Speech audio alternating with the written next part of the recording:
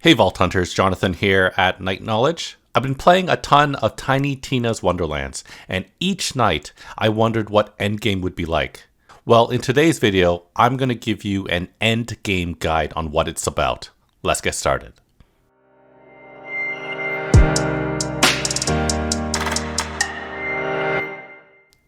When you finish the main storyline, whether you're max level or not, you'll be able to enter Queen Buttstallion's castle, where you can do what is called a Chaos Mode trial.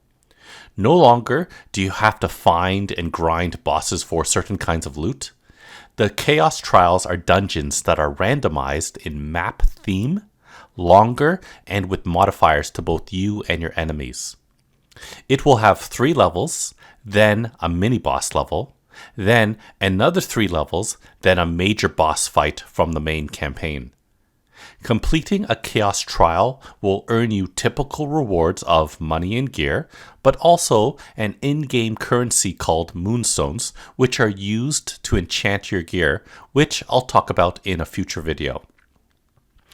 The objective of each level is to defeat all enemies and not to use up all 3 lives, which are pooled for your entire party. Each level on the right side of your user interface, there will be side objectives that will earn you an extra die which contains crystals. Side objectives can include protecting a statue of Queen Buttstallion, destroying a statue of the Dragon Lord, keeping a sentient fire orb burning by feeding it, defeating enemies in a certain time limit, and even defeating enemies via melee.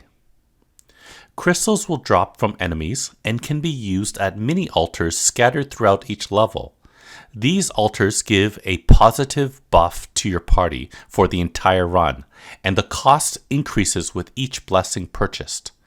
These crystals can also be saved for the end, which we'll get to shortly.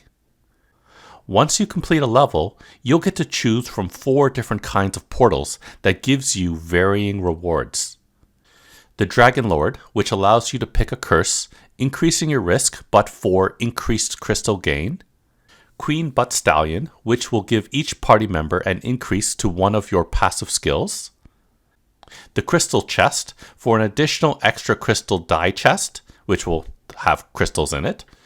The Loot Chest, for an additional die that gives you loot inside, which you typically find in bandit camps.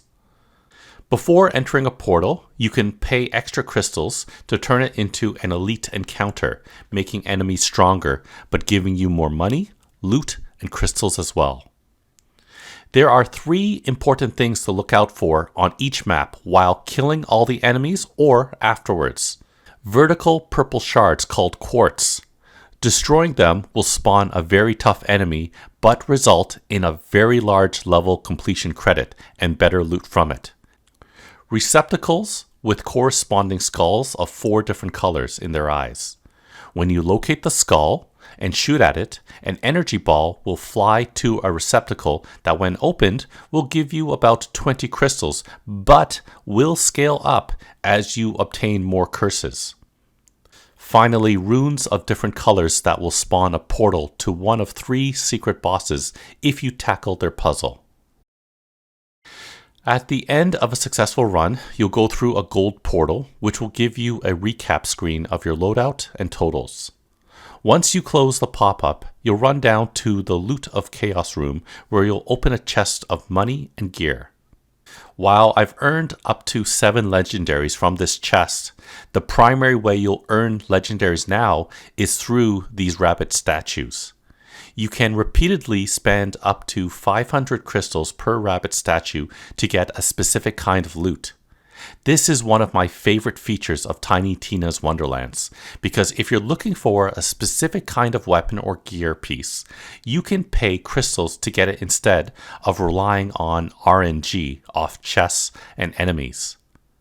I've noticed you get better and more loot when you feed the rabbit the entire 500 crystals versus smaller increments, so make sure you press and hold the interact button when feeding the statue.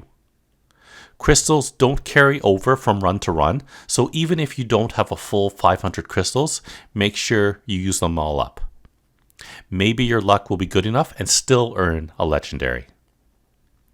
One of the last things I'd like to talk about is chaos levels. Just because you beat the chaos chamber a few times doesn't mean that's it. You can do a specific game mode called Chaos Trial that will increase your chaos level, essentially increasing the difficulty.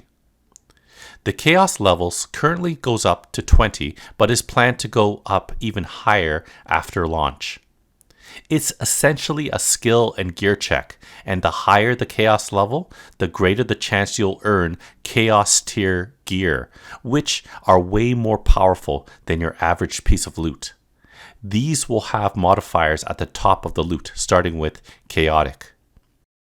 So that is my Chaos Chamber endgame guide for Tiny Tina's Wonderlands.